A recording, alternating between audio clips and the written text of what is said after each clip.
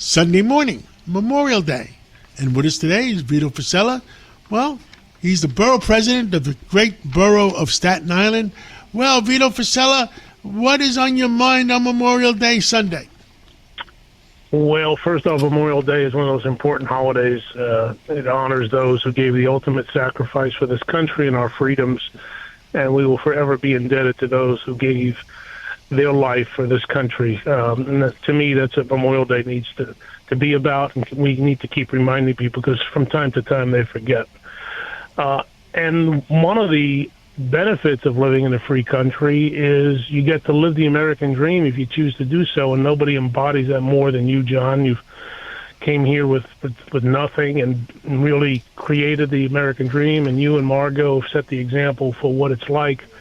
And unfortunately, lately we've seen those in elected office in the city wanting to put a target on those who have established those dreams and created wealth as if they're the enemy. And not too long ago, folks stood outside Ken Griffin's house and almost mocked him and targeted him.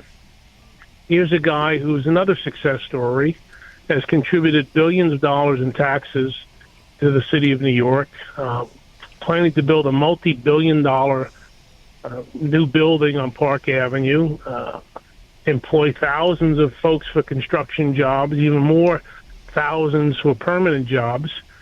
And this is who they choose to target, and others like him.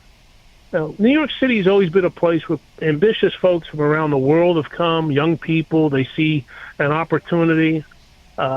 They're welcomed here, take a shot, take a risk. And now the government is almost saying, well, if you do too well here, we're going to punish you. And the other thing we realize is when you start pushing people out, and there's been about 120,000 people who've left this city at all income levels, they take their money with them. The financial firms have moved about $1 trillion of financial assets out of New York City. And the people who get hurt the most are the ones who need those services, and the most vulnerable, the wealthy, can just pick up and leave. Well, capital is mobile. COVID proved one solid thing, that you can go anywhere and still make money. And you have a situation where, again, back to Ken Griffin and Citadel, saying, well, maybe we won't build that building, but we'll expand our footprint in Miami or Florida or whereabouts. So what does it mean?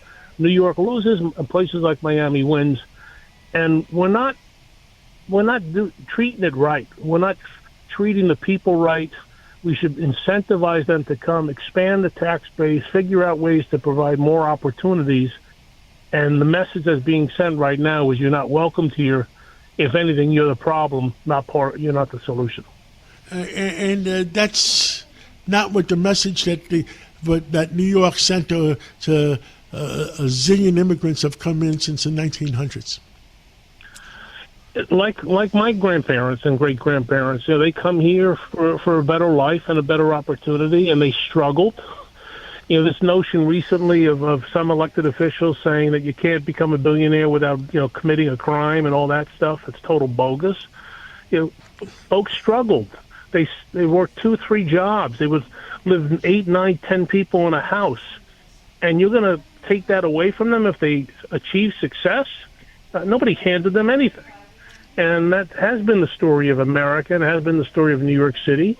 I've been the beneficiary of the sacrifices of my parents and grandparents and great-parents, and try to keep it so we can give our kids and grandchildren a better future.